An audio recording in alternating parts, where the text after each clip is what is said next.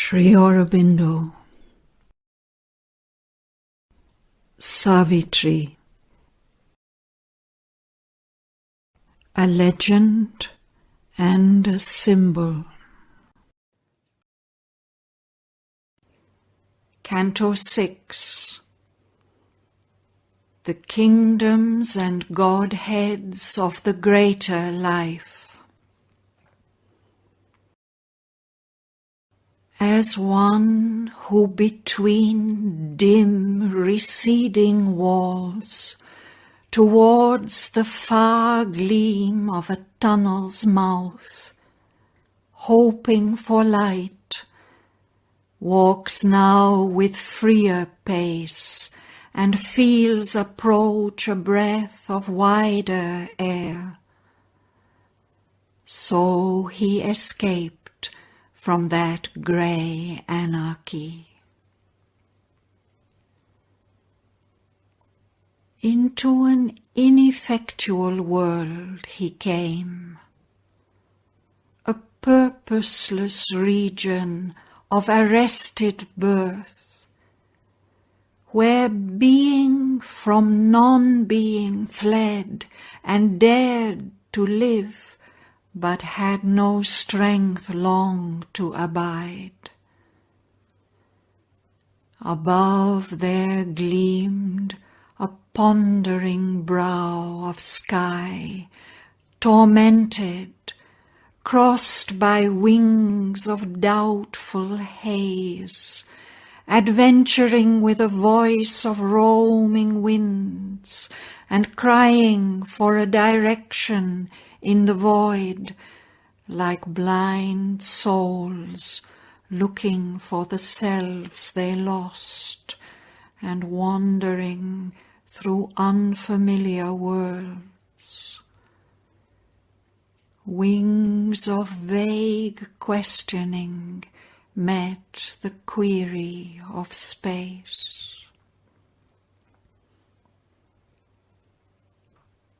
After denial dawned a dubious hope, a hope of self and form and leave to live, and the birth of that which never yet could be, and joy of the mind's hazard, the heart's choice, grace of the unknown, and hands of sudden surprise, and a touch of sure delight in unsure things. To a strange, uncertain tract his journey came, where consciousness played with unconscious self, and birth was an attempt or episode. A charm drew near that could not keep its spell, an eager power that could not find its way, a chance that chose a strange arithmetic, but could not bind with it the forms it made, a multitude that could not guard its sum, which less than zero grew, and more than one. Arriving at a large and shadowy sense that cared not to define its fleeting drift, life laboured in a strange and mythic air, denuded of her sweet, magnificent suns. In worlds imagined, never yet made true, a lingering glimmer on creation's verge, one strayed and dreamed and never stopped to achieve would have destroyed that magic space. The marvels of a twilight wonderland, full of a beauty strangely, vainly made, a surge of fanciful realities, dim tokens of a splendor sealed above, awoke the passion of the eye's desire, compelled belief on the enamored thought, and drew the heart, but led it to no goal. A magic flowed, as if of moving scenes that kept awhile their fugitive delicacy, of sparing lines, limned by an abstract art, in a rare scanted light, with faint dream brush, on a silver background of incertitude.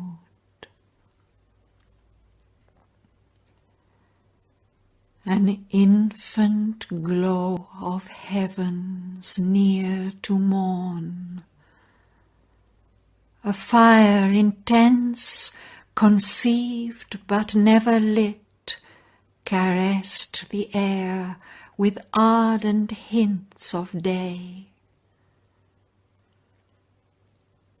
The perfect, longing for imperfection's charm, the illumined, caught by the snare of ignorance, ethereal creatures drawn by body's lure to that region of promise, beating invisible wings, came hungry for the joy of finite life, but too divine to tread created soil and share the fate of perishable things.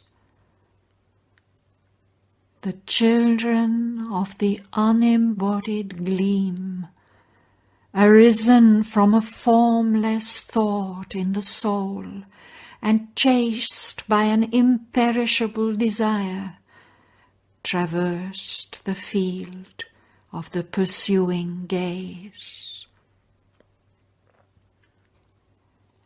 A will that unpersisting failed worked there. Life was a search, but finding never came. There nothing satisfied, but all allured. Things seemed to be that never wholly are. Images were seen that looked like living acts, and symbols hid the sense they claimed to show. Pale dreams grew real to the dreamer's eyes. The souls came there that vainly strive for birth, and spirits entrapped might wander through all time, yet never find the truth by which they live. All ran like hopes that hunt a lurking chance. Nothing was solid, nothing felt complete. All was unsafe, miraculous, and half-true.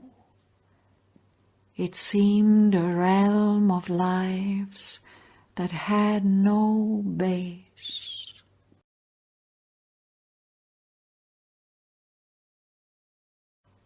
Then dawned a greater seeking, broadened sky, a journey under wings of brooding force. First came the kingdom of the morning star.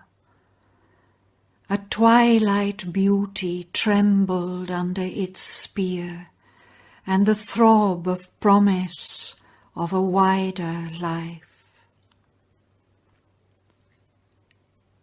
Then slowly rose a great and doubting sun, and in its light she made of self a world.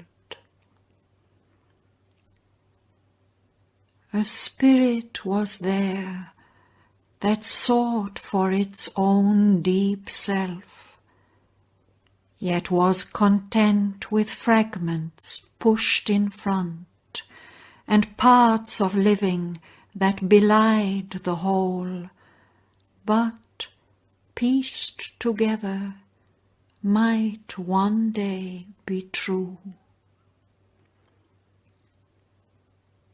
Yet something seemed to be achieved at last, a growing volume of the will to be, a text of living and a graph of force, a script of acts, a song of conscious forms, burdened with meanings fugitive from thought's grasp, and crowded with undertones of life's rhythmic cry, could write itself on the hearts of living things. In an outbreak of the might of secret spirit, in life and matter's answer of delight, some face of deathless beauty could be caught, that gave immortality to a moment's joy. Some word that could incarnate highest truth, leaped out from a chance tension of the soul. Some hue of the absolute could fall on life, some glory of knowledge and intuitive sight, some passion of the rapturous heart of love.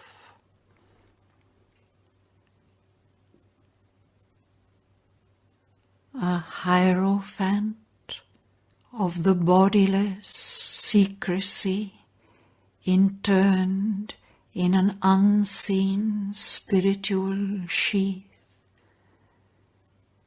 The will that pushes sense beyond its scope to feel the light and joy intangible, half found its way into the ineffable's peace, half captured a sealed sweetness of desire that yearned from a bosom of mysterious bliss, half manifested veiled reality.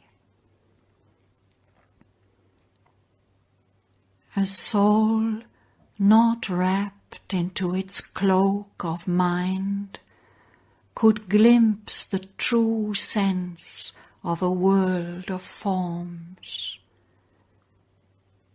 Illumined by a vision in the thought, upbuoyed by the heart's understanding flame, it could hold in the conscious ether of the spirit the divinity of a symbol universe.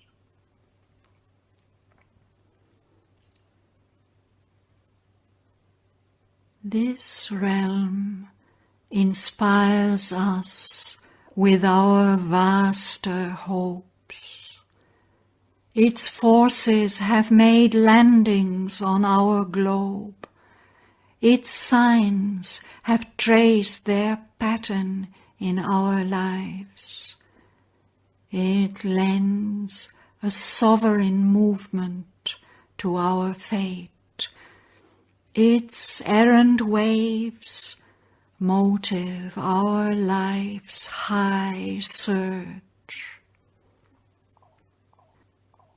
All that we seek for is prefigured there, and all we have not known nor ever sought, which yet one day must be born in human hearts, that the timeless may fulfill itself in things.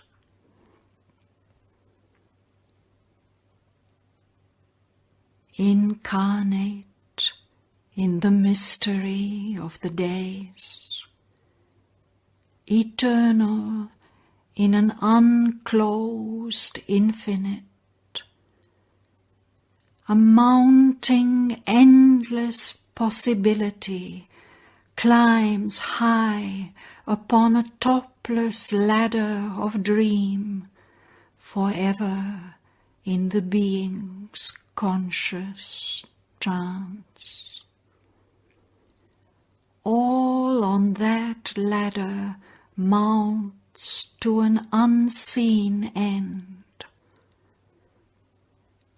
an energy of perpetual transience makes the journey from which no return is sure, the pilgrimage of nature to the unknown.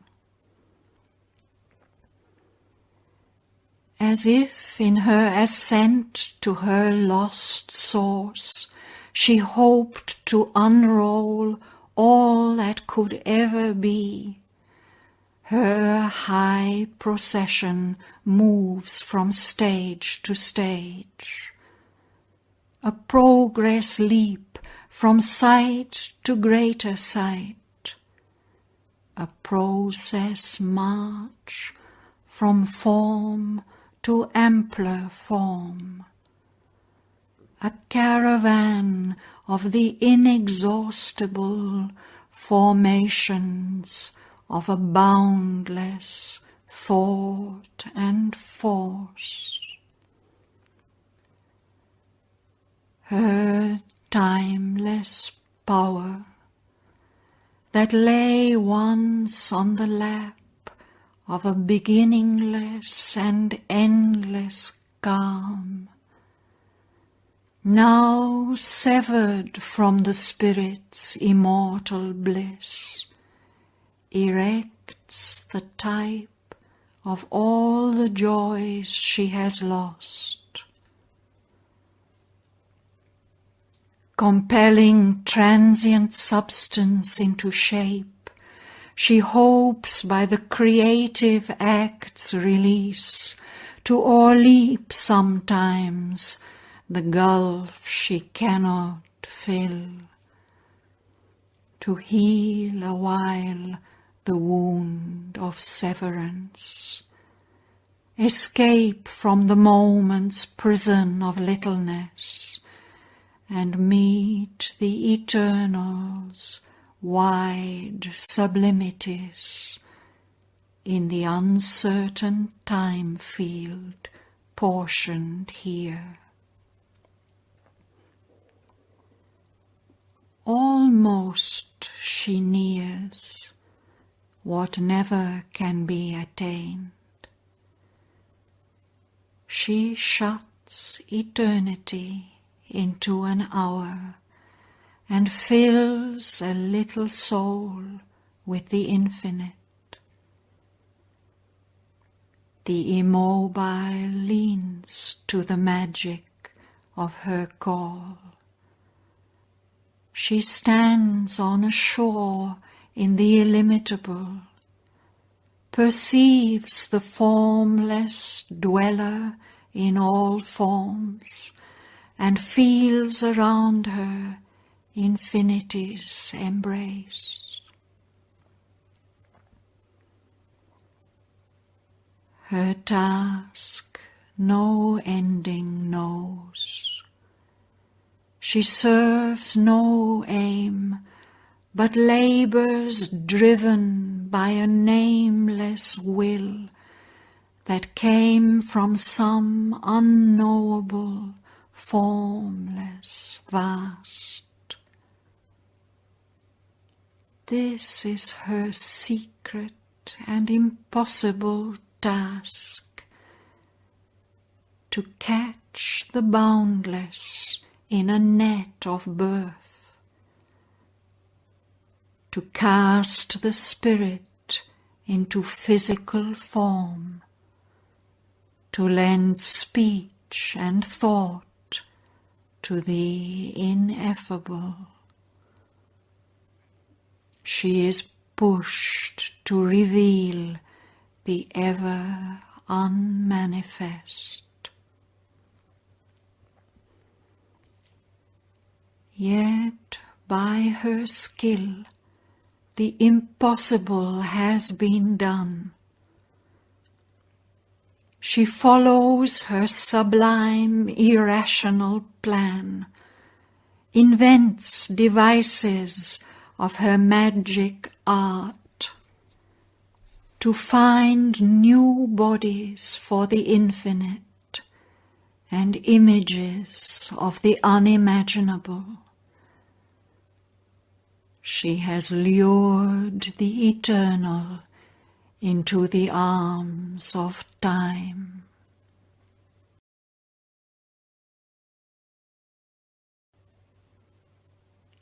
Even now, herself, she knows not what she has done.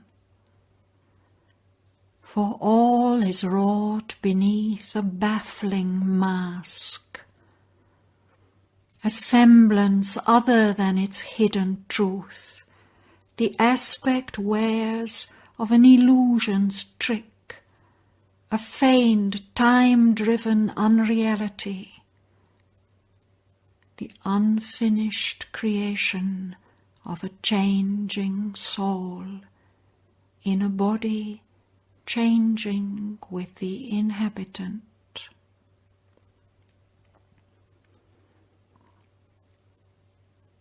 Insignificant her means, infinite her work. On a great field of shapeless consciousness, in little finite strokes of mind and sense, an endless truth she endlessly unfolds. A timeless mystery works out in time. The greatness she has dreamed, her acts have missed. Her labour is a passion and a pain, a rapture and pang, her glory and her curse. And yet she cannot choose, but labours on.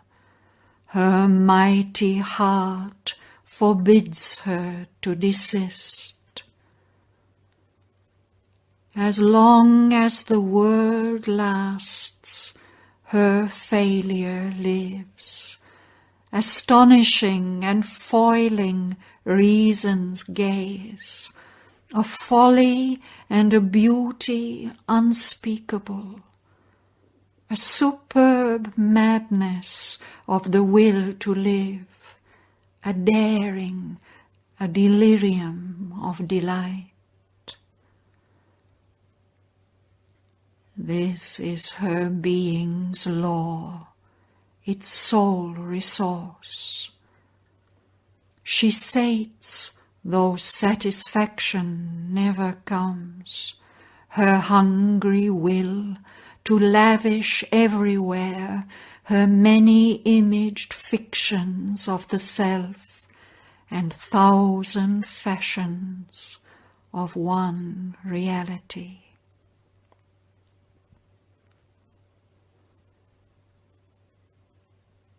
A world she made, touched by truth's fleeing hem, a world cast into a dream of what it seeks, an icon of truth, a conscious mystery's shape.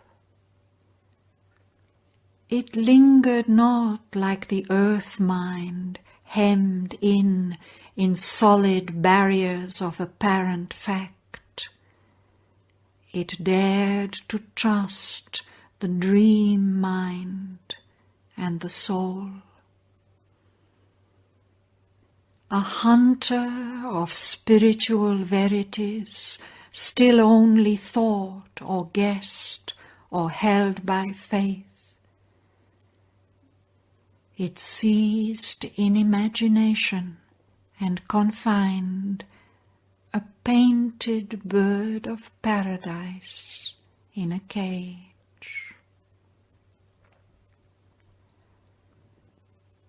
This greater life is enamored of the unseen. It calls to some highest light beyond its reach. It can feel the silence that absolves the soul. It feels a saviour touch, a ray divine. Beauty and good and truth its Godheads are. It is near to heavenlier heavens than earth's eyes see, a direr darkness than man's life can bear. It has kinship with the demon and the God. A strange enthusiasm has moved its heart. It hungers for heights, it passions for the supreme.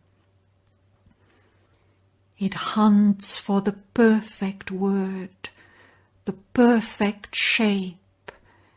It leaps to the summit thought, the summit light. For by the form, the formless is brought close, and all perfection fringes the absolute. A child of heaven who never saw his home, its impetus meets the eternal at a point. It can only near and touch. It cannot hold. It can only strain towards some bright extreme. Its greatness is to seek and to create.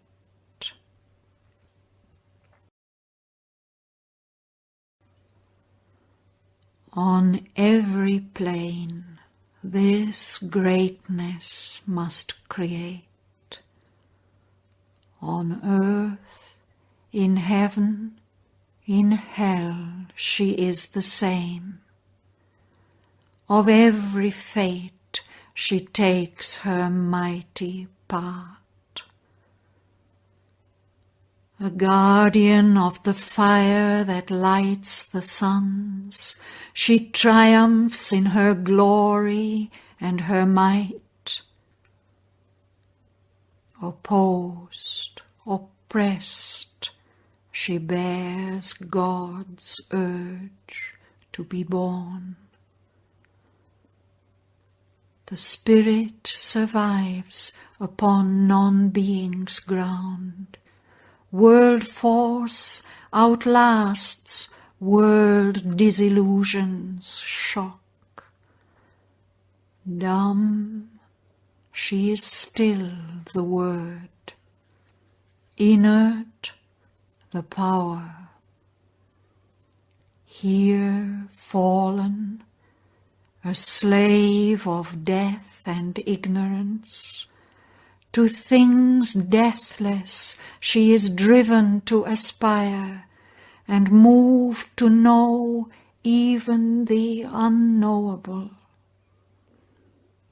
Even nescient, null, her sleep creates a world. When most unseen, most mightily she works. Housed in the atom, buried in the clod, her quick creative passion cannot cease. In conscience is her long gigantic pause. Her cosmic swoon is a stupendous phase. Time-born, she hides her immortality. In death, her bed, she waits the hour to rise. Even with the light denied that sent her forth, and the hope dead she needed for her task, even when her brightest stars are quenched in night, nourished by hardship and calamity, and with pain for her body's handmaid, masseuse, nurse, her tortured invisible spirit continues still to toil, though in darkness, to create, though with pangs. She carries crucified God upon her breast. In chill, insentient depths, where joy is none, immured, oppressed by the resisting void, where nothing moves and nothing can become.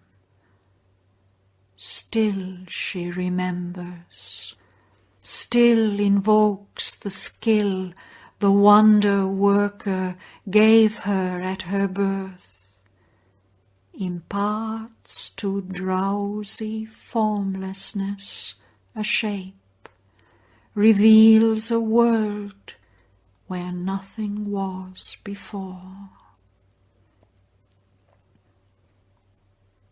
In realms confined to a prone circle of death, to a dark eternity of ignorance, a quiver in an inert, inconscient mass, or imprisoned in immobilized whirls of force by matter's blind compulsion, deaf and mute. She refuses motionless in the dust to sleep. Then, for her rebel waking's punishment, given only hard mechanic circumstance as the enginery of her magic craft, she fashions godlike marvels out of mud. In the plasm she sets her dumb, immortal urge, helps the live tissue to think, the closed sense to feel, flashes through the frail nerves, poignant messages. In a heart of flesh, miraculously loves. To brute bodies gives a soul, a will, a voice. Ever she summons, as by a sorcerer's wand, beings and shapes and scenes innumerable, torch-bearers of her pomps through time and space. This world is her long journey through the night.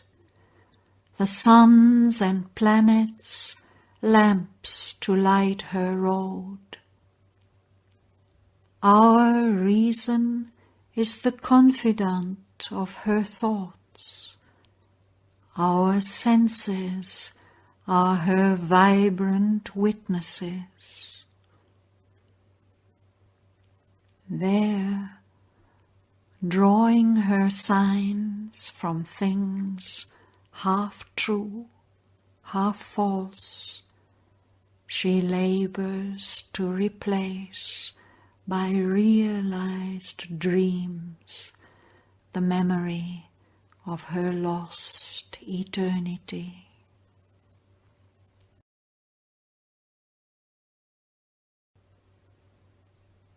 These are her deeds in this huge world ignorance.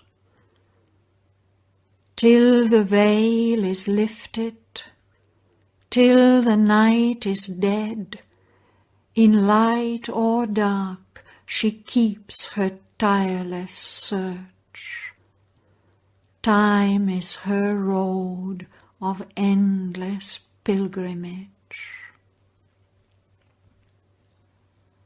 One mighty passion motives all her works.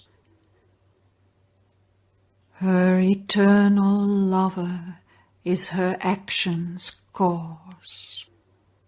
For him she leaped forth from the unseen vasts to move here in a stark, unconscious world. Its acts are her commerce with her hidden guest. His moods she takes for her heart's passionate molds. In beauty she treasures the sunlight of his smile. Ashamed of her rich cosmic poverty, she cajoles with her small gifts his mightiness, holds with her scenes his looks' fidelity, and woos his large-eyed wandering thoughts to dwell in figures of her million-impulsed force. Only to attract her veiled companion, and keep him close to her breast in her world cloak, lest from her arms he turn to his formless peace, is her heart's business and her clinging care.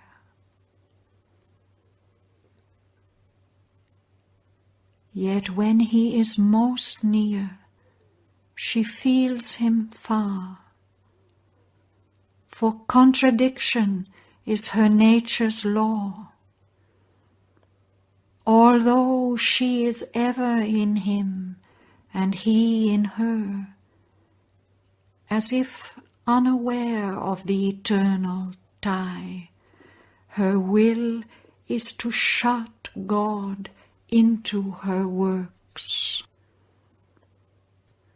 and keep him as her cherished prisoner that never they may part again in time.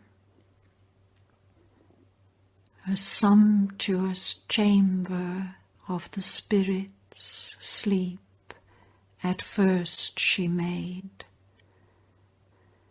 a deep interior room where he slumbers as if a forgotten guest.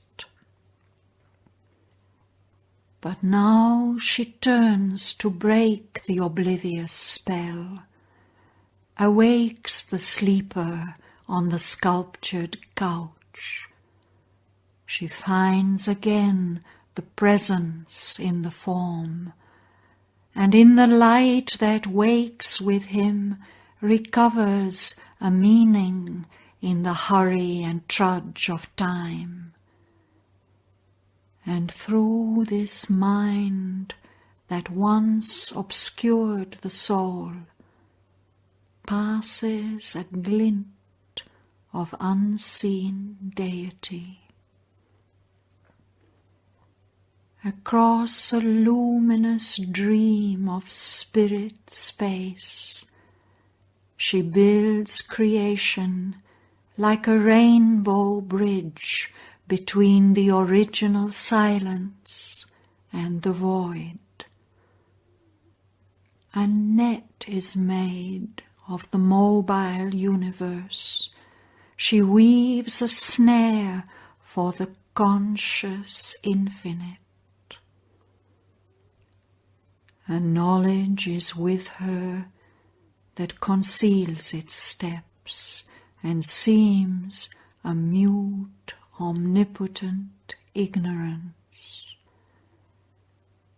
A might is with her that makes wonders true. The incredible is her stuff of common fact. Her purposes, her workings, riddles prove. Examined, they grow other than they were. Explained, they seem yet more inexplicable. Even in our world, a mystery has reigned. Earth's cunning screen of trivial plainness hides. Her larger levels are of sorceries made. There the enigma shows its splendid prism. There is no deep disguise of commonness. Occult, profound, comes all experience. Marvel is ever new, miracle divine.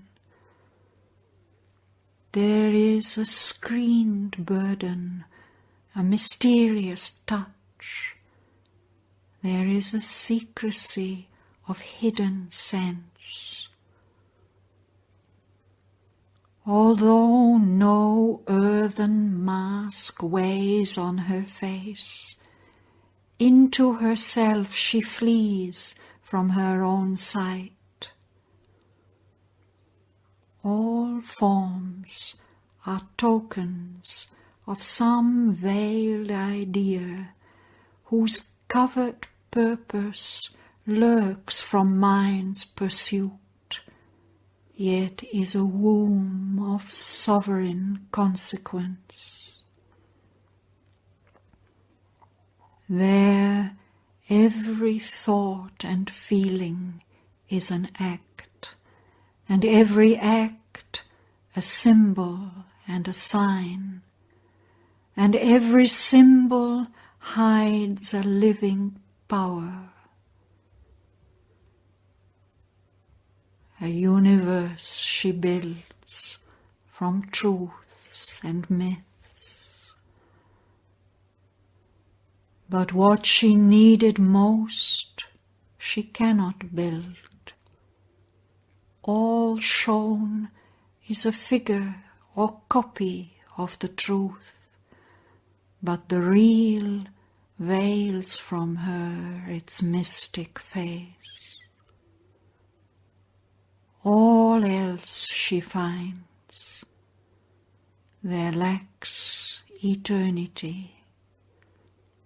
All is sought out, but missed the infinite.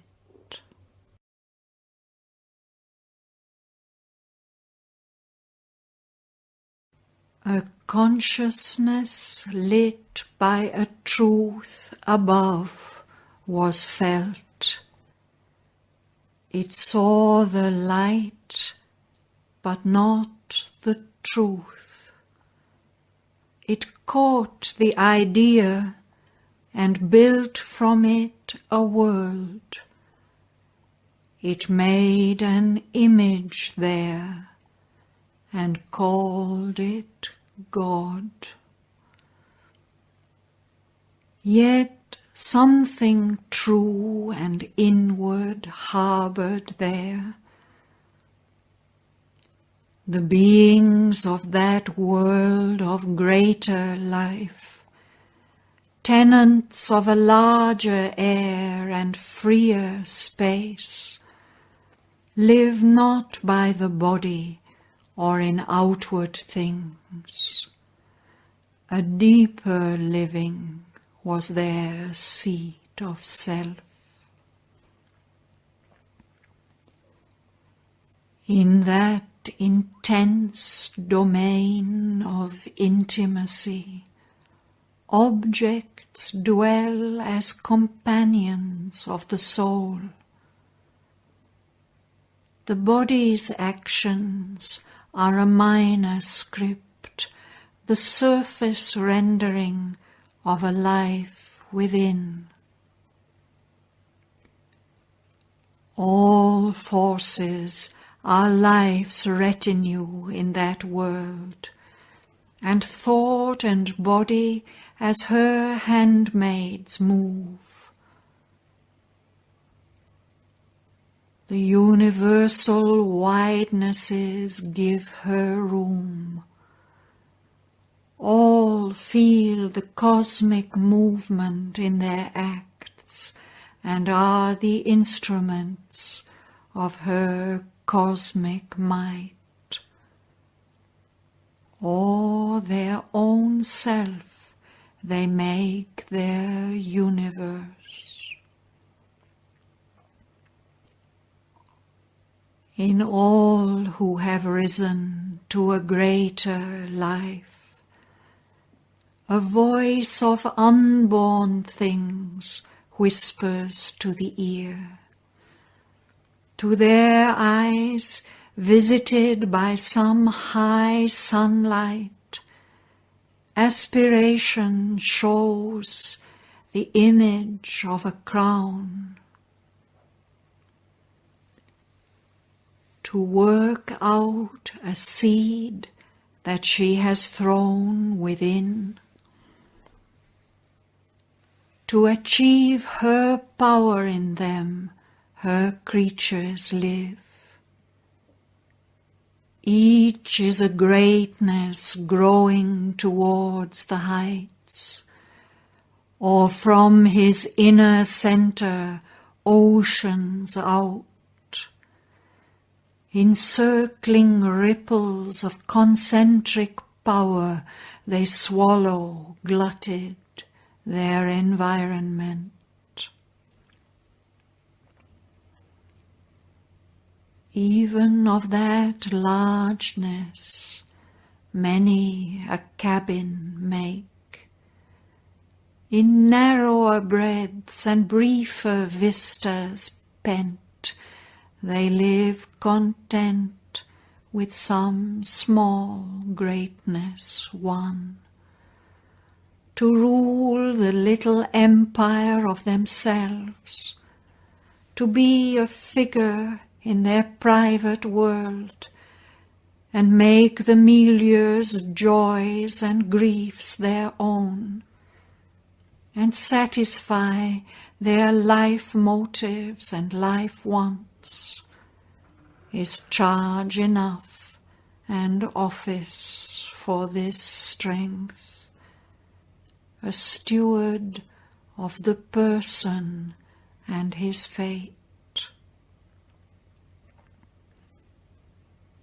This was transition line and starting point, a first immigration into heavenliness for all who cross into that brilliant sphere.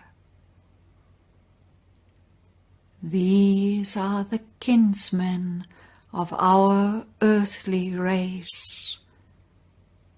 This region borders on our mortal state.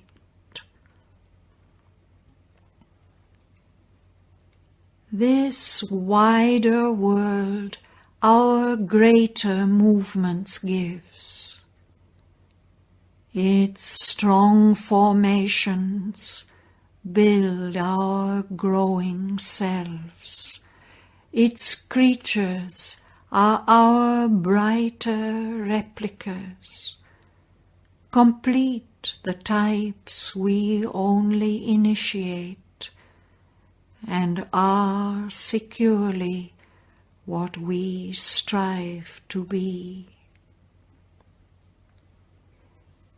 As if thought out eternal characters, entire, not pulled as we by contrary tides, they follow the unseen leader in the heart. Their lives obey the inner nature's law. There is kept grandeur's store, the hero's mould. The soul is the watchful builder of its fate. None is a spirit indifferent and inert. They choose their side. They see the God they adore. A battle is joined between the true and false. A pilgrimage sets out to the divine light. For even ignorance there aspires to know, and shines with the lustre of a distant star. There is a knowledge in the heart of sleep, and nature comes to them as a conscious force. An ideal is their leader and their king.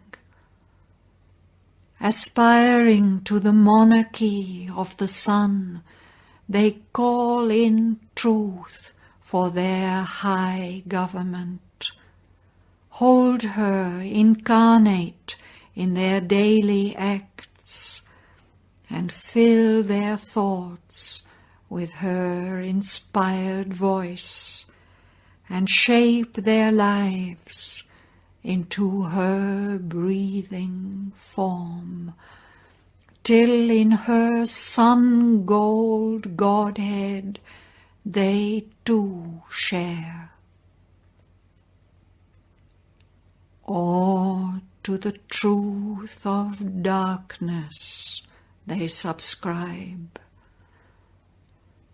Whether for heaven or hell they must wage war. Warriors of good, they serve a shining cause, or are evil soldiers in the pay of sin. For evil and good an equal tenure keep, wherever knowledge is ignorance's twin.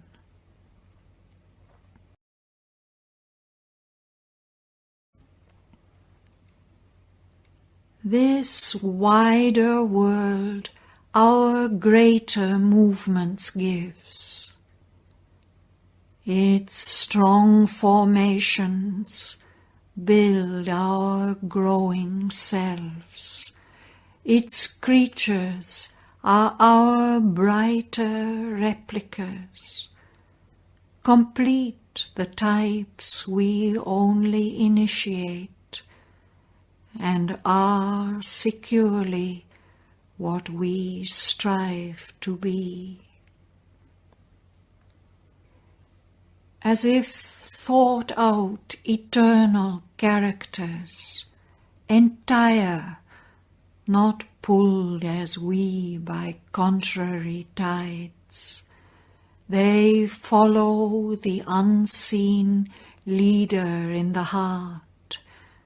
Their lives obey the inner nature's law. There is kept grandeur's store, the hero's mould. The soul is the watchful builder of its fate. None is a spirit indifferent and inert. They choose their side. They see the God they adore. A battle is joined between the true and false. A pilgrimage sets out to the divine light. For even ignorance there aspires to know, and shines with the lustre of a distant star. There is a knowledge in the heart of sleep, and nature comes to them as a conscious force. An ideal is their leader and their king. Aspiring to the monarchy of the sun, they call in truth for their high government. Hold her incarnate in their daily acts, and fill their thoughts with her inspired voice, and shape their lives into her breathing form, till in her sun-gold Godhead they too share. Or to the truth of darkness they subscribe. Whether for heaven or hell they must wage war. Warriors of good, they serve a shining cause, or are evil soldiers in the pay of sin. For evil and good an equal tenure keep, wherever knowledge is ignorance's twin. All powers of life towards their Godhead tend in the wideness and the daring of that air. Each builds its temple and expands its cult. And sin too there is a divinity. Affirming the beauty and splendor of her law, she claims life as her natural domain, assumes the world's throne, or dons the papal robe. Her worshippers proclaim her sacred right, a red tiara'd falsehood they revere, worship the shadow of a crooked God. Admit the black idea that twists the brain, or lie with the harlot power that slays the soul.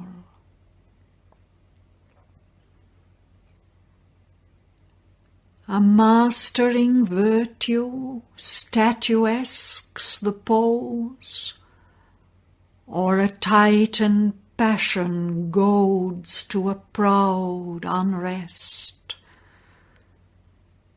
At wisdom's altar they are kings and priests, or their life a sacrifice to an idol of power.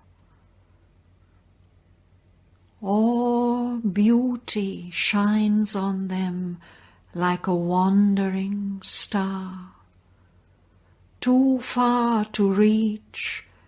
Passionate they follow her light. In art and life they catch the all-beautiful's ray, and make the world their radiant treasure house. Even common figures are with marvel robed. A charm and greatness, locked in every hour, awakes the joy which sleeps in all things made. A mighty victory or a mighty fall, a throne in heaven or a pit in hell. The dual energy they have justified and marked their souls with her tremendous seal. Whatever fate may do to them, they have earned. Something they have done, something they have been, they live.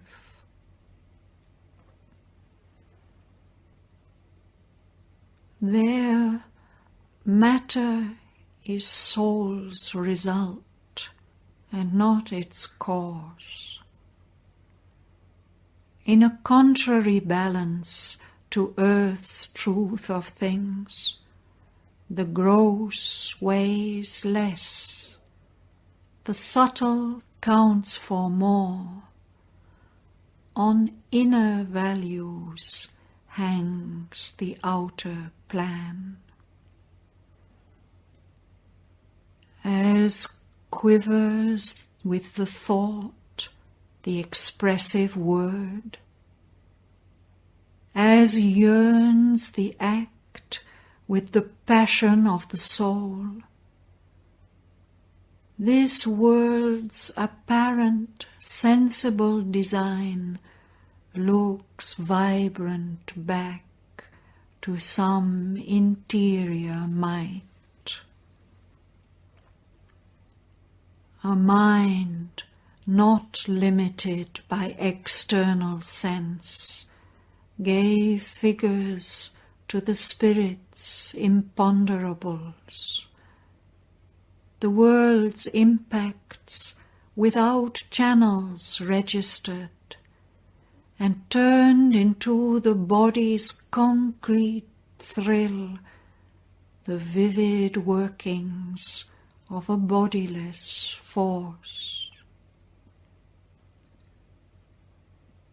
Powers here subliminal that act unseen, or in ambush crouch, waiting behind the wall, came out in front, uncovering their face. The occult grew there overt. The obvious kept a covert turn and shouldered the unknown. The unseen was felt and jostled visible shapes.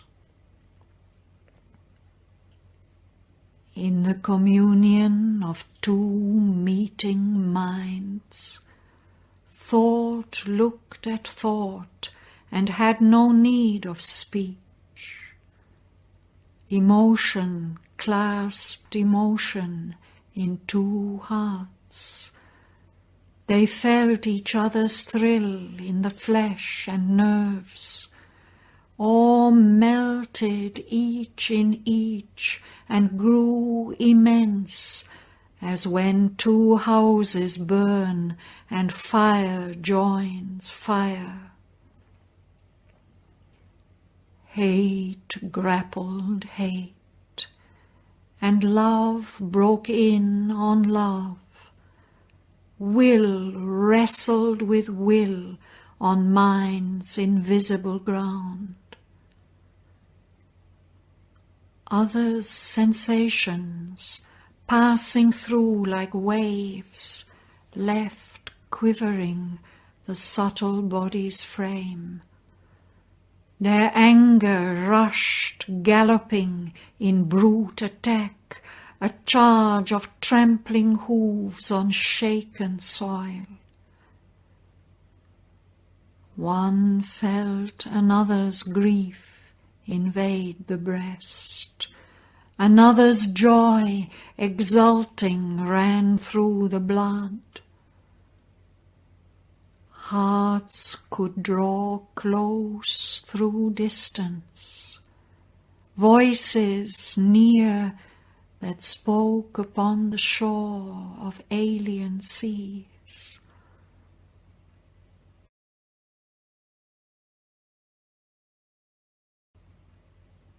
There beat a throb of living interchange. Being felt being even when afar, and consciousness replied to consciousness.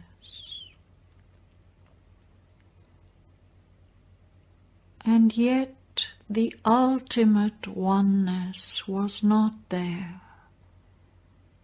There was a separateness of soul from soul. An inner wall of silence could be built, an armor of conscious might protect and shield. The being could be closed in and solitary. One could remain apart in self, alone. Identity was not yet, nor union's peace. All was imperfect still, half known, half done.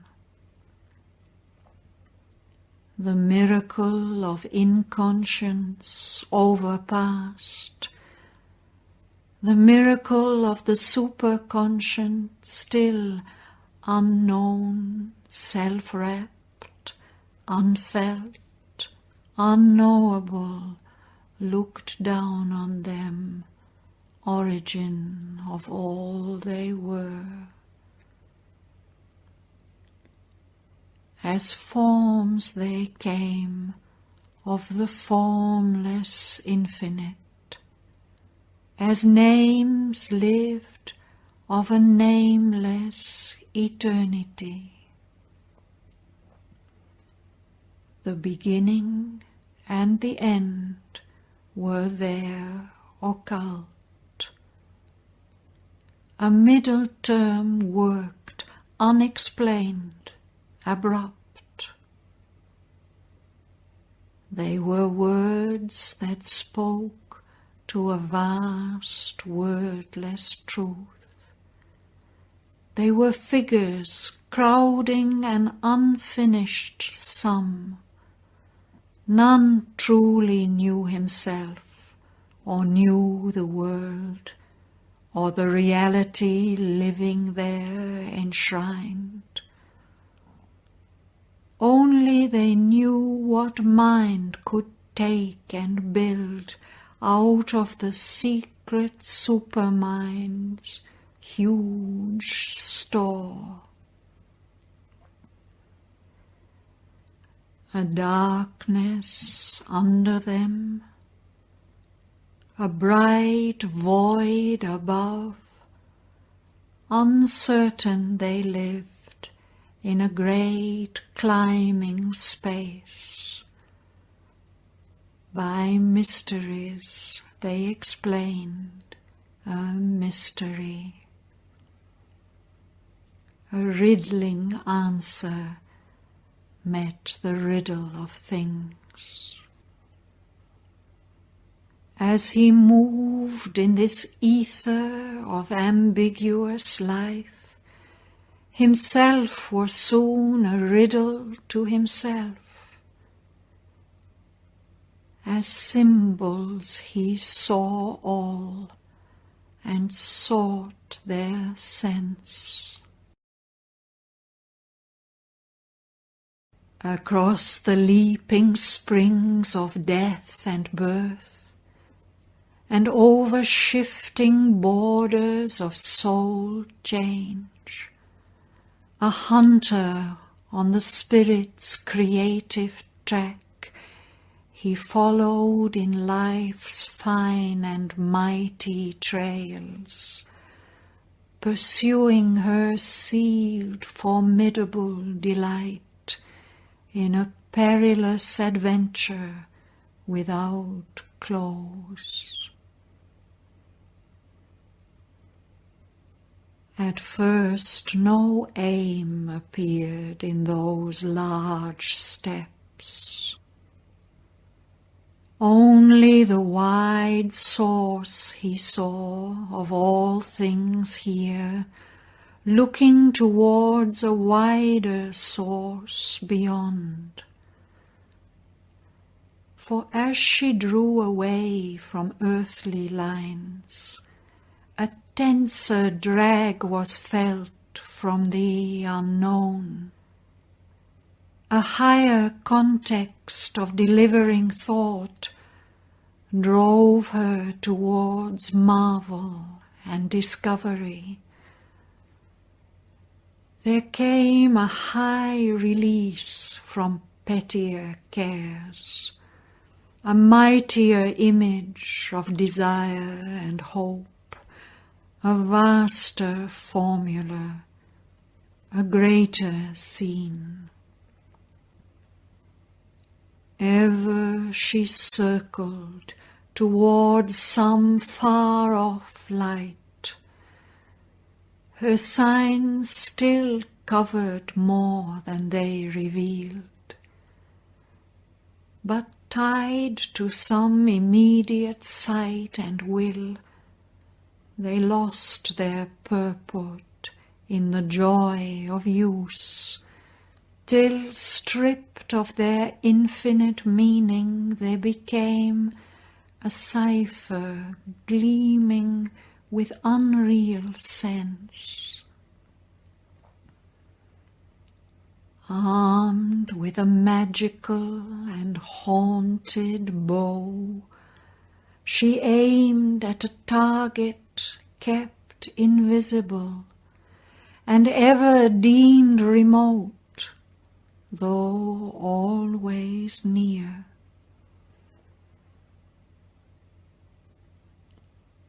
As one who spells illumined characters, the key book of a crabbed magician text, he scanned her subtle, tangled, weird designs, and the screened, difficult theorem of her clues. Traced in the monstrous sands of desert time, the thread beginnings of her Titan works. Watched her charade of action for some hint, read the no gestures of her silhouettes and strove to capture in their burdened drift the dance fantasia of her sequences, escaping into rhythmic mystery, a glimmer of fugitive feet on fleeing soil. In the labyrinth pattern of her thoughts and hopes, and the byways of her intimate desires, in the complex corners crowded with her dreams, and rounds crossed by an intrigue of irrelevant rounds, a wanderer straying amid fugitive scenes, he lost its signs and chased each failing guess. Ever he met key words, ignorant of their key.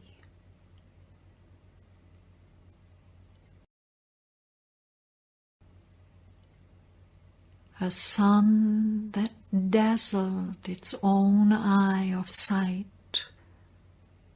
a luminous enigma's brilliant hood lit the dense purple barrier of thought's sky.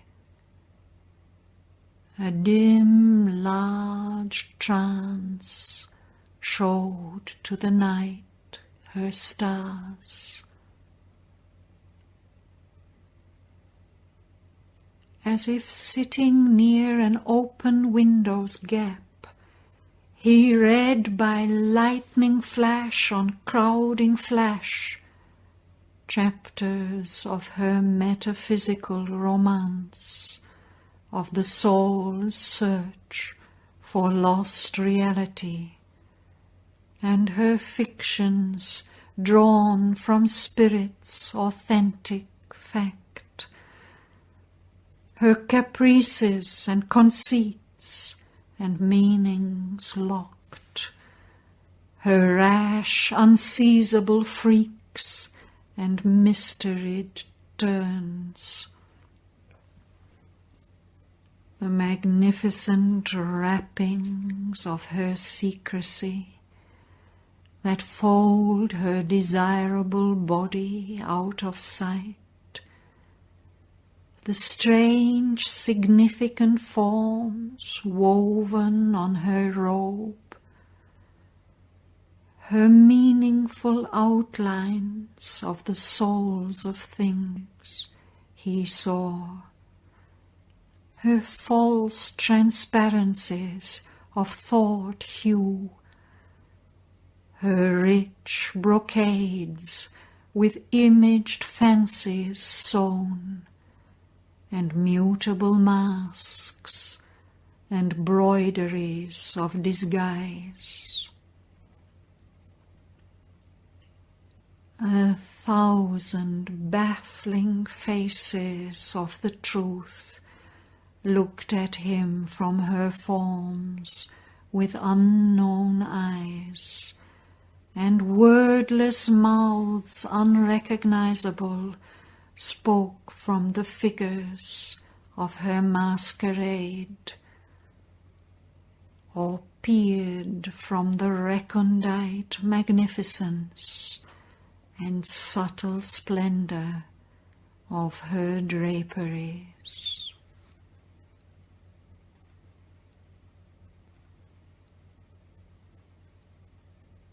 In sudden scintillations of the unknown, inexpressive sounds became veridical. Ideas that seemed unmeaning flashed out truth. Voices that came from unseen waiting worlds uttered the syllables of the unmanifest to clothe the body of the mystic word.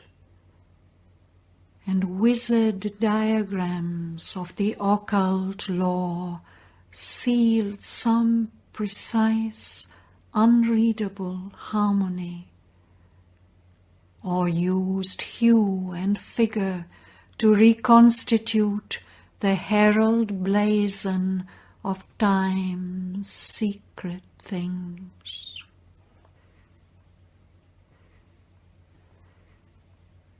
In her green wildernesses and lurking depths, in her thickets of joy where danger clasps delight, he glimpsed the hidden wings of her songster hopes, a glimmer of blue and gold and scarlet fire.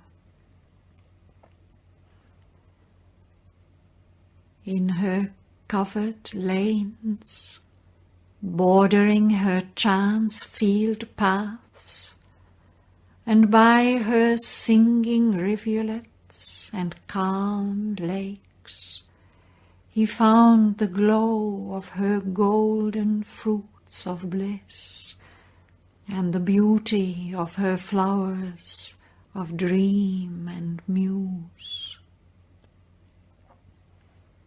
As if a miracle of hearts changed by joy, he watched in the alchemist radiance of her suns the crimson outburst of one secular flower on the tree of sacrifice of spiritual love. In the sleepy splendor of her noons he saw a perpetual repetition through the hours, thoughts dance of dragonflies on mystery's stream that skim but never test its murmur's race, and heard the laughter of her rose desires running as if to escape from longed-for hands, jingling sweet anklet bells of fantasy.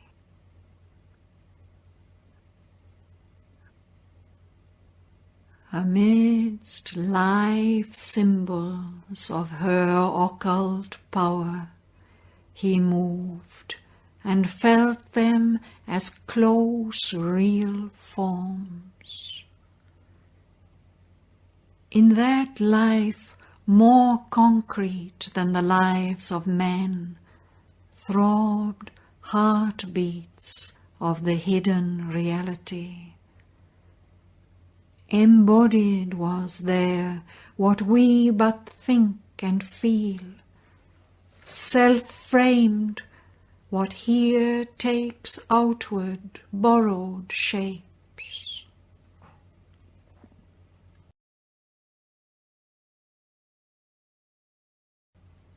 A comrade of silence on her austere heights, accepted by her mighty loneliness, he stood with her on meditating peaks, where life and being are a sacrament offered to the reality beyond, and saw her loose into infinity her hooded eagles of significance, messengers of thought to the unknowable.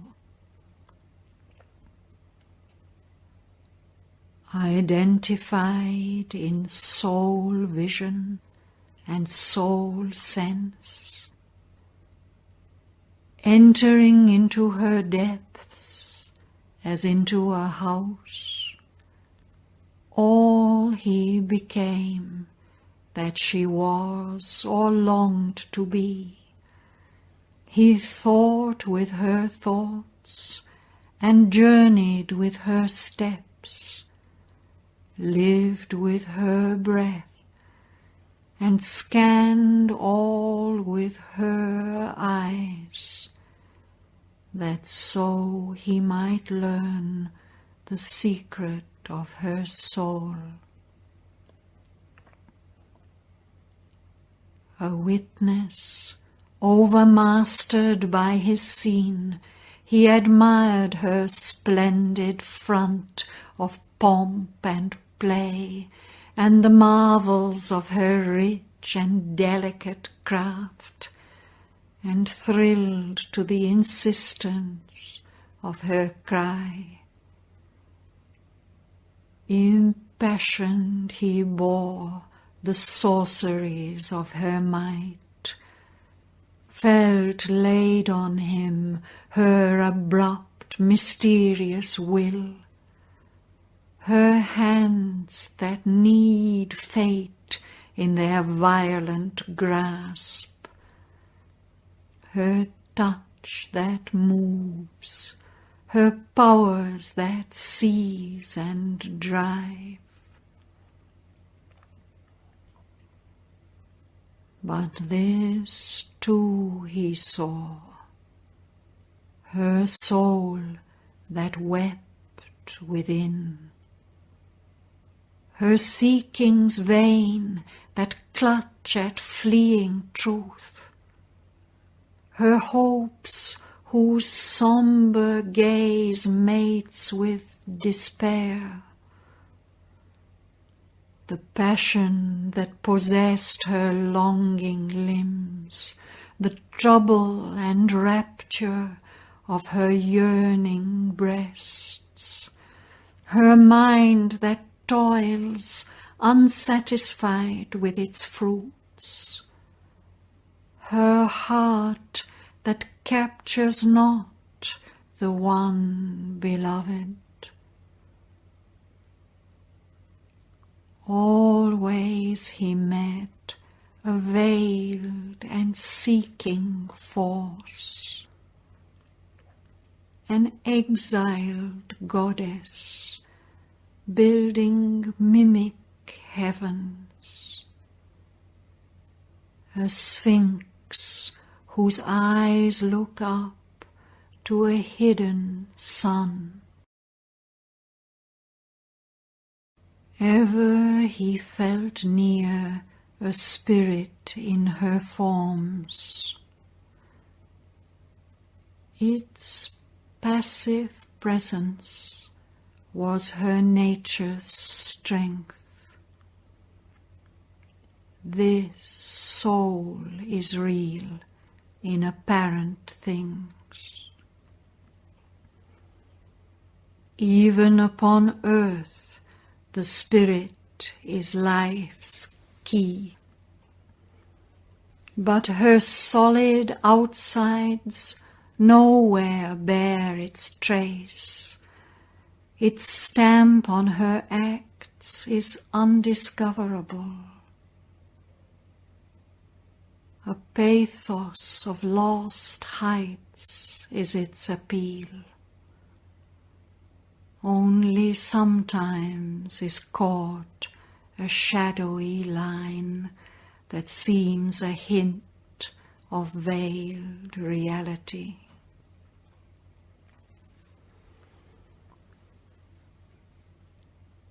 Life stared at him with vague, confused outlines, offering a picture the eyes could not keep, a story that was yet not written there. As in a fragmentary, half-lost design, life's meanings fled from the pursuing eye.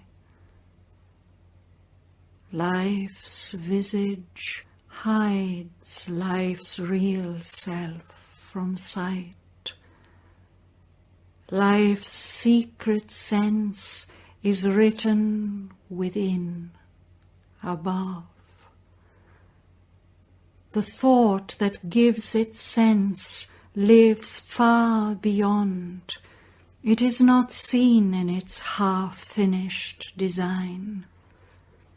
In vain we hope to read the baffling signs, or find the word of the half-played charade.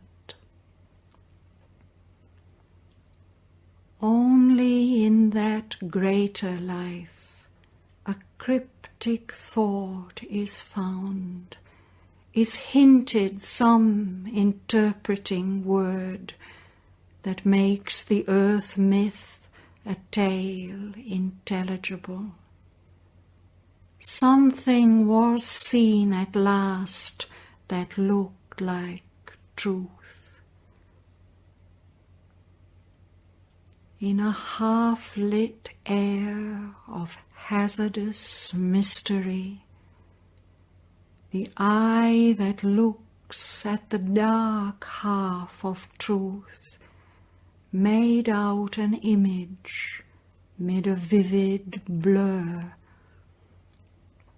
and peering through a mist of subtle tints, he saw a half-blind, chained divinity, bewildered by the world in which he moved, yet conscious of some light prompting his soul.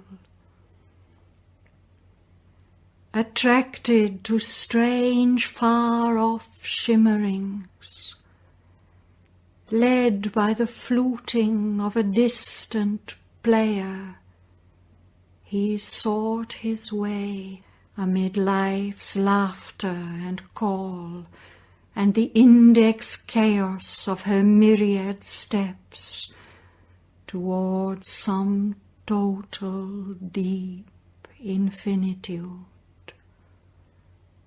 Around crowded the forest of her signs.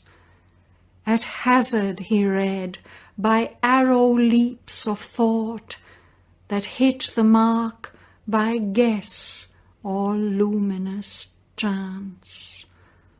Her changing coloured road lights of idea, and her signals of uncertain swift event, the hieroglyphs of her symbol pageantries, and her landmarks in the tangled paths of time.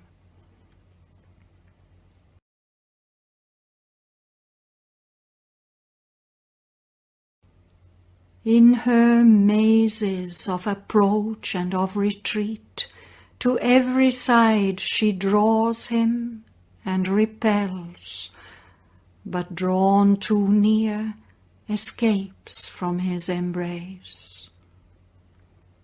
All ways she leads him, but no way is sure. Allured by the many-toned marvel of her chant, attracted by the witchcraft of her moods, and moved by her casual touch to joy and grief, he loses himself in her, but wins her not. A fugitive paradise smiles at him from her eyes. He dreams of her beauty made forever his. He dreams of his mastery her limbs shall bear. He dreams of the magic of her breasts of bliss. In her illumined script, her fanciful translation of God's pure original text, he thinks to read the scripture wonderful, hieratic key to unknown beatitudes. But the word of life is hidden in its script. The chant of life has lost its divine note. Unseen, a captive in a house of sound, the spirit, lost in the splendor of a dream, listens to 1,000-voiced illusions ode. A delicate weft of sorcery steals the heart, or a fiery magic tints her tones and hues. Yet they but wake a thrill of transient grace, a vagrant march struck by the wanderer time. They call to a brief, unsatisfied delight, or wallow in ravishments of mind and sense, but miss the luminous answer of the soul. A blind heart-throb that reaches joy through tears, a yearning towards peaks forever unreached, an ecstasy of unfulfilled desire, track the last heavenward climbings of her voice.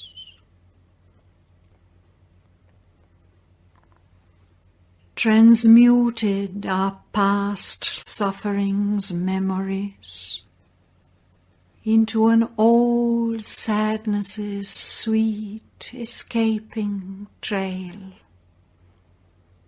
Turned are her tears to gems of diamond pain, her sorrow into a magic crown of song. Brief are her snatches of felicity that touch the surface, then escape or die. A lost remembrance echoes in her depths. A deathless longing is hers, a veiled self's call. A prisoner in the mortal's limiting world, a spirit wounded by life sobs in her breast. A cherished suffering is her deepest cry. A wanderer on forlorn, despairing routes, along the roads of sound, a frustrate voice, forsaken, cries to a forgotten bliss. Astray in the echo caverns of desire, it guards the phantoms of a soul's dead hopes, and keeps alive the voice of perished things, or lingers upon sweet and errant notes, hunting for pleasure in the heart of pain. A fateful hand has touched the cosmic chords, and the intrusion of a troubled strain covers the inner music's hidden key that guides unheard the surface cadences.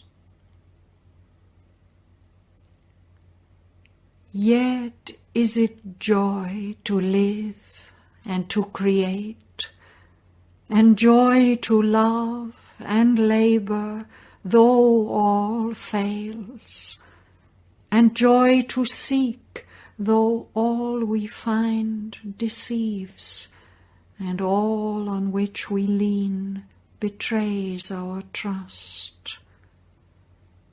Yet something in its depths was worth the pain.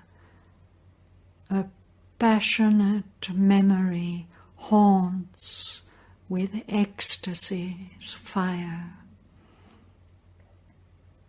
Even grief has joy hidden beneath its roots, for nothing is truly vain the one has made.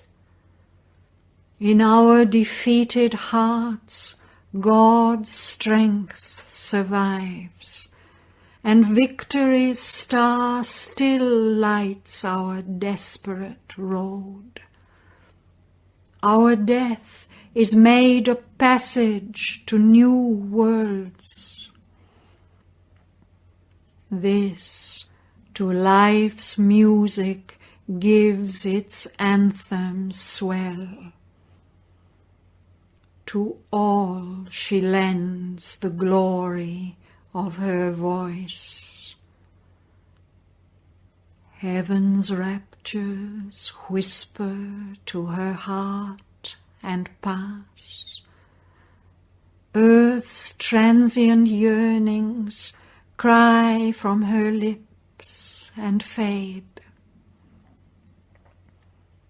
Alone the God-given hymn escapes her art that came with her from her spiritual home, but stopped halfway and failed.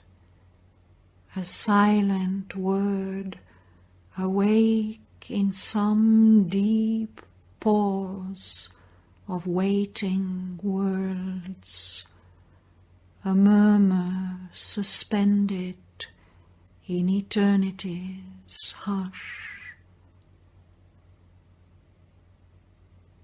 But no breath comes from the supernal peace. A sumptuous interlude occupies the ear, and the heart listens, and the soul consents. An evanescent music it repeats, wasting on transience time's eternity. A tremolo of the voices of the hours, oblivious, screens the high intended theme the self-embodying spirit came to play on the vast clavichord of nature force. Only a mighty murmur here and there of the eternal word, the blissful voice, or beauty's touch transfiguring heart and sense, a wandering splendor and a mystic cry recalls the strength and sweetness heard no more.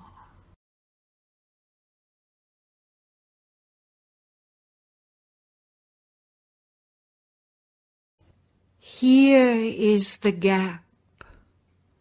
Here stops or sinks life's force.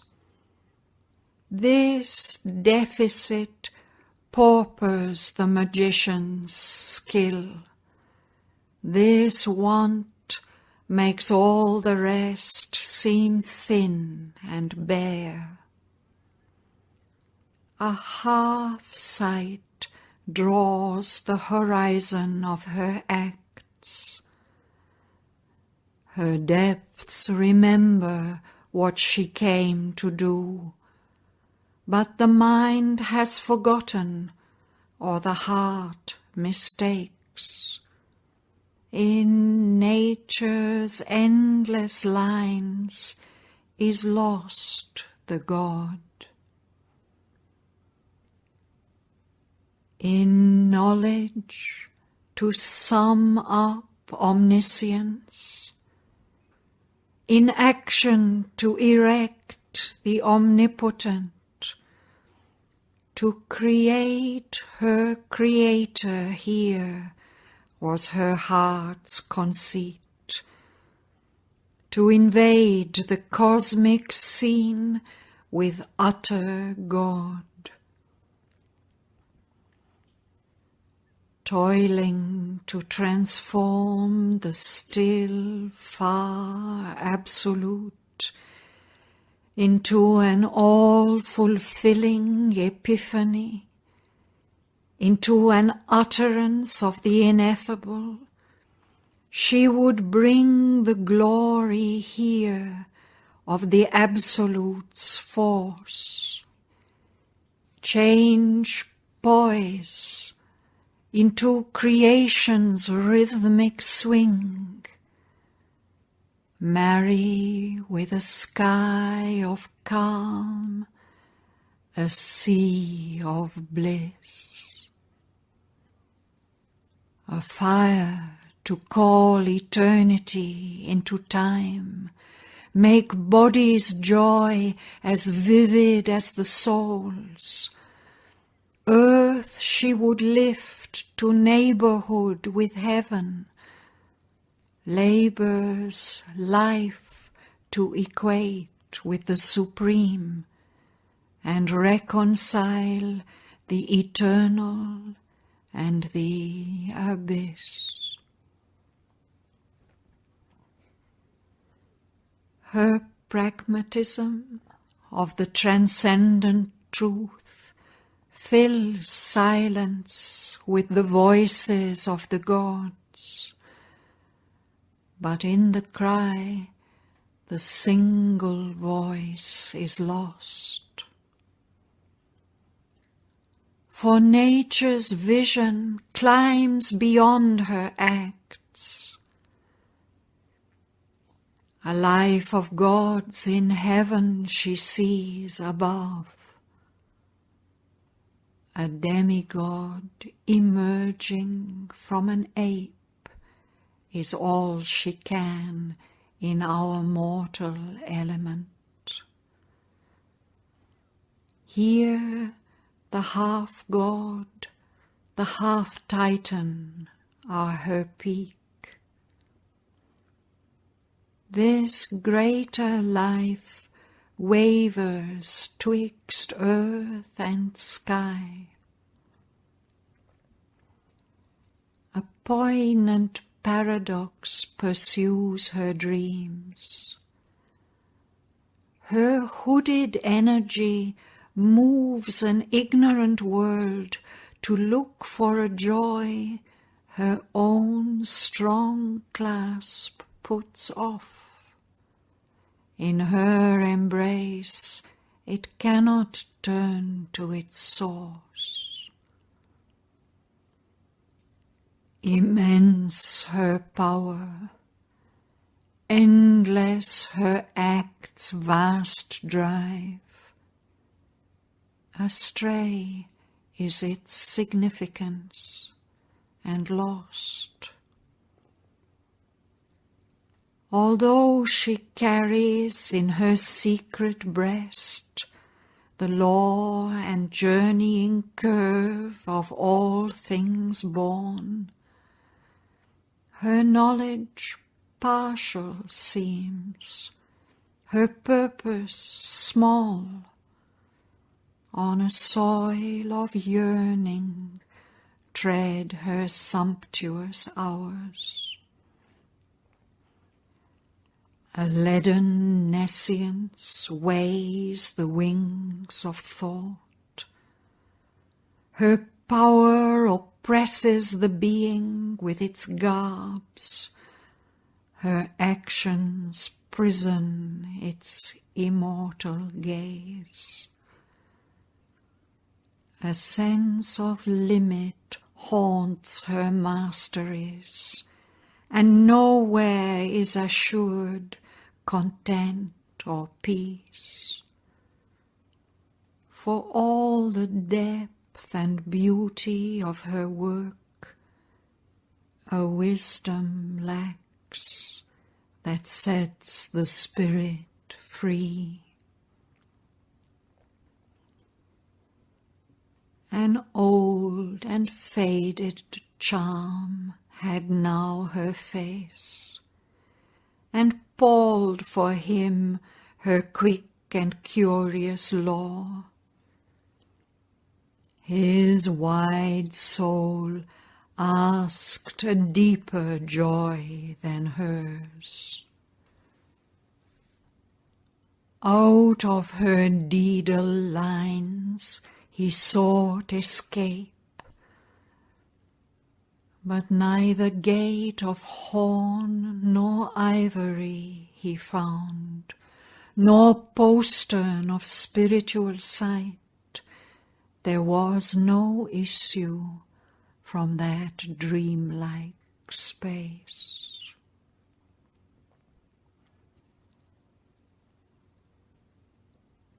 Our being must move eternally through time.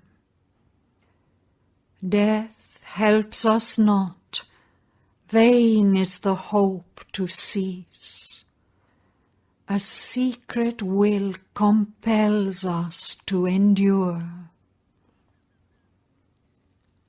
Our life's repose is in the infinite. It cannot end. Its end is life supreme.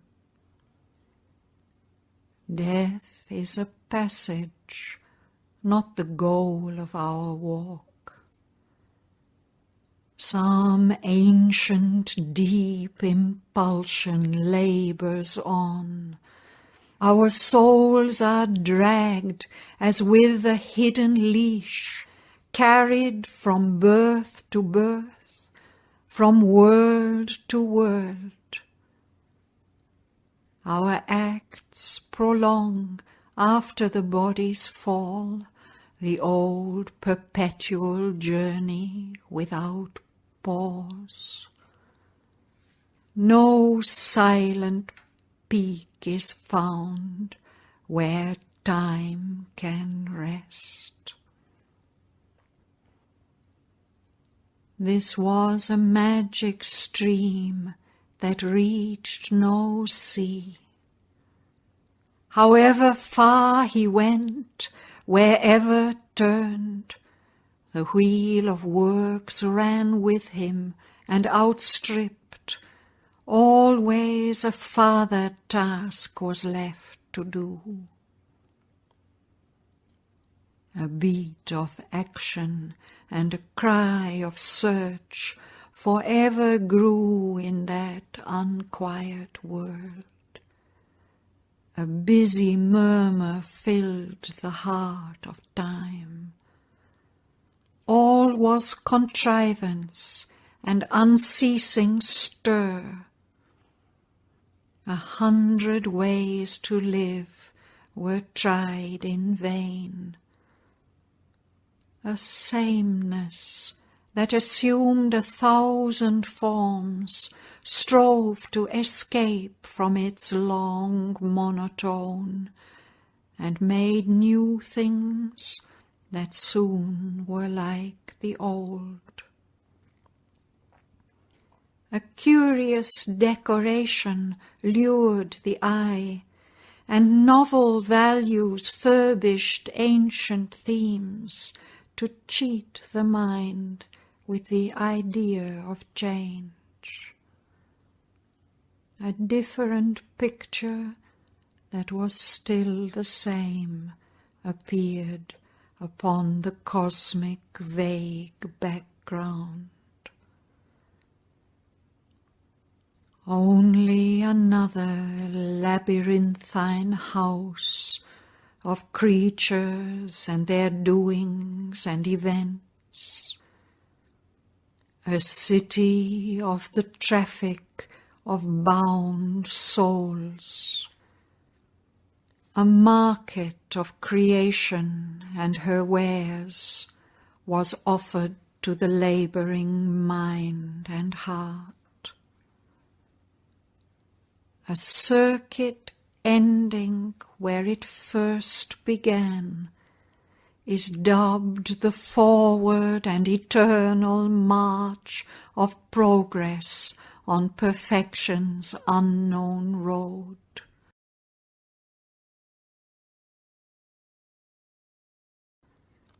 Each final scheme leads to a sequel plan. Yet every new departure seems the last.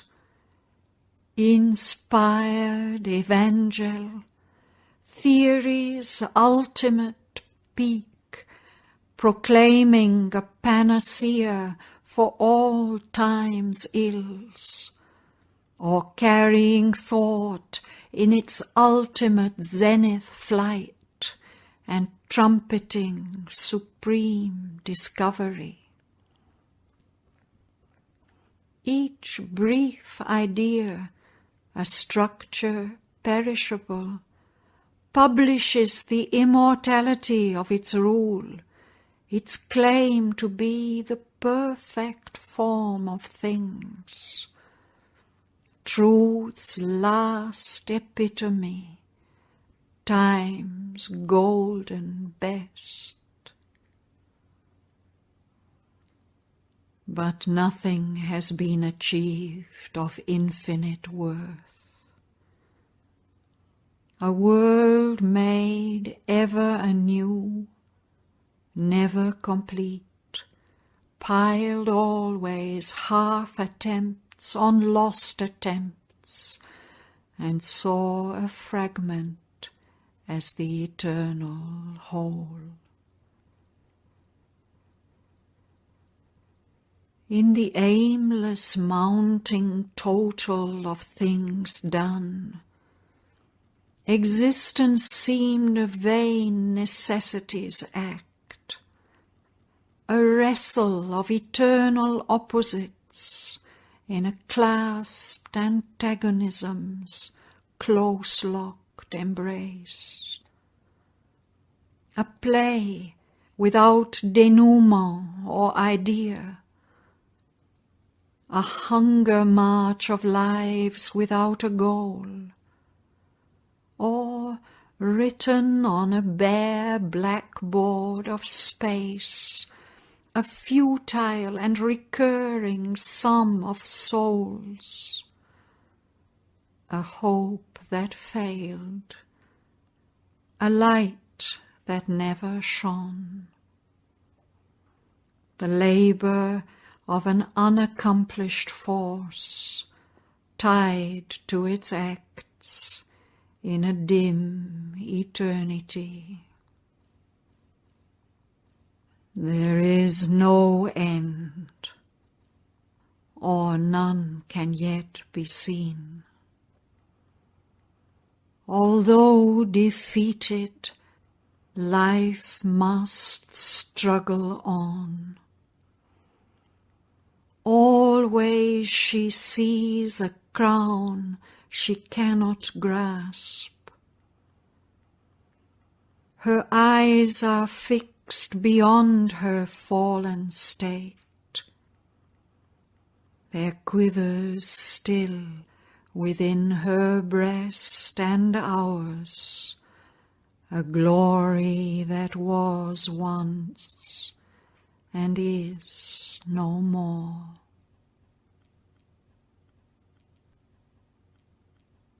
Or there calls to us from some unfulfilled beyond a greatness yet unreached by the halting world. in a memory behind our mortal sense.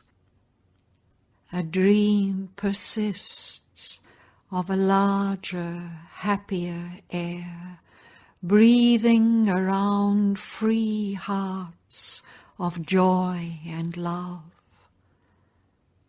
forgotten by us, immortal in lost time. A ghost of bliss pursues her haunted depths, for she remembers still, though now so far, her realm of golden ease and glad desire, and the beauty and strength and happiness that were hers in the sweetness of her glowing paradise. In her kingdom of immortal ecstasy, halfway between God's silence and the abyss.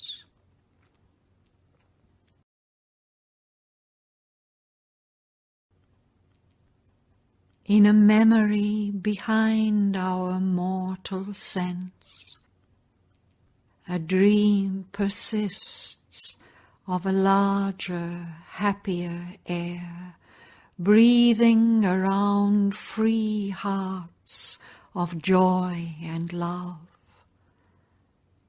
forgotten by us, immortal in lost time.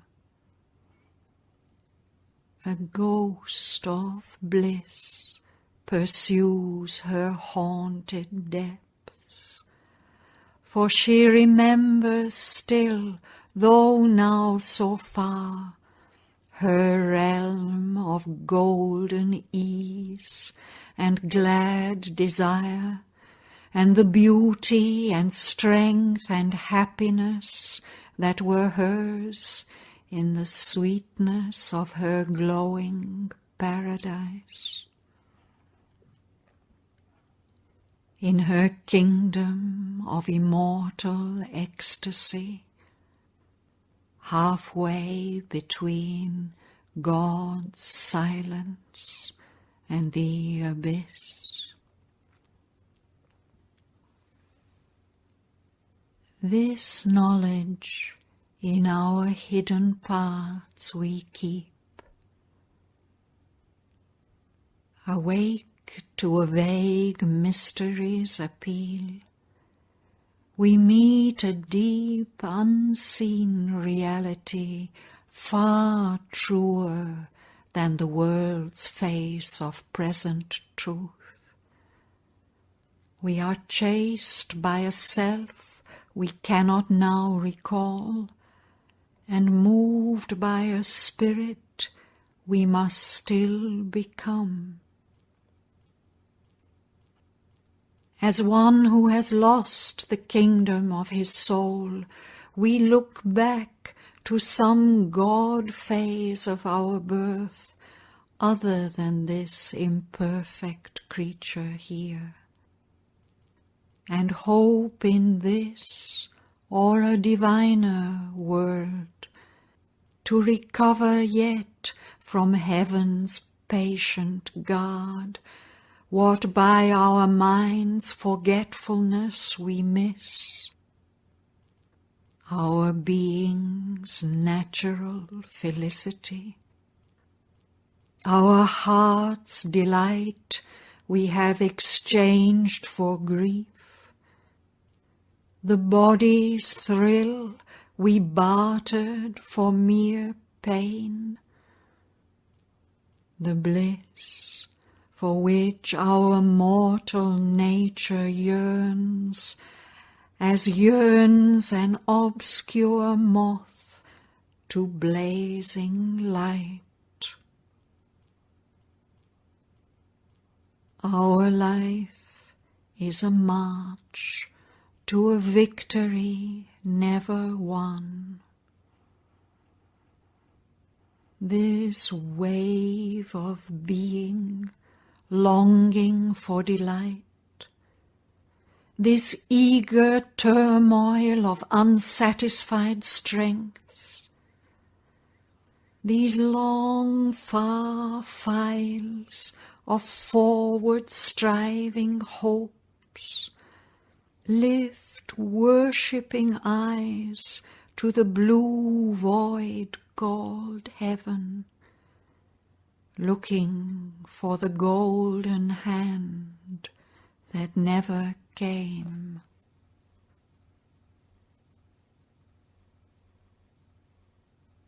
The advent for which all creation waits, the beautiful visage of eternity that shall appear upon the roads of time.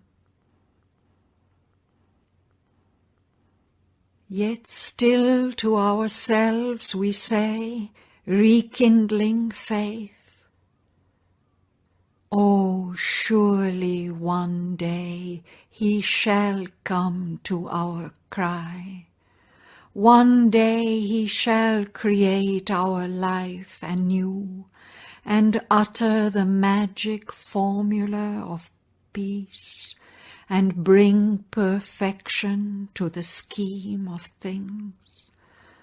One day he shall descend to life and earth, leaving the secrecy of the eternal doors, into a world that cries to him for help, and bring the truth that sets the spirit free, the joy that is the baptism of the soul, the strength that is the outstretched arm of love. One day he shall lift his beauty's dreadful veil, impose delight on the world's beating heart, and bear his secret body of light and bliss. But now we strain to reach an unknown goal. There is no end of seeking and of birth. There is no end of dying and return. The life that wins its aim asks greater aims. The life that fails and dies must live again.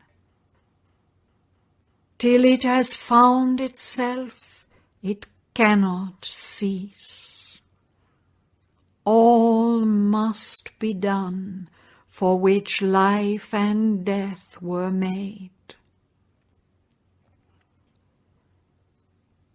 But who shall say that even then is rest? Or there repose and action are the same in the deep breast of God's supreme delight? In a high state where ignorance is no more, each movement is a wave of peace and bliss. Repose, God's motionless, creative force. Action, a ripple in the infinite, and birth, a gesture of eternity. A sun of transfiguration still can shine, and night can bear its core of mystic light. The self-cancelling, self-afflicting paradox into a self-luminous mystery might change. The imbroglio into a joyful miracle.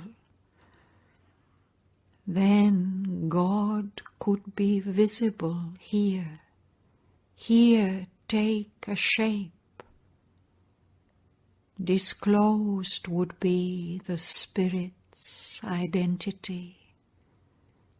Life would reveal her true immortal face.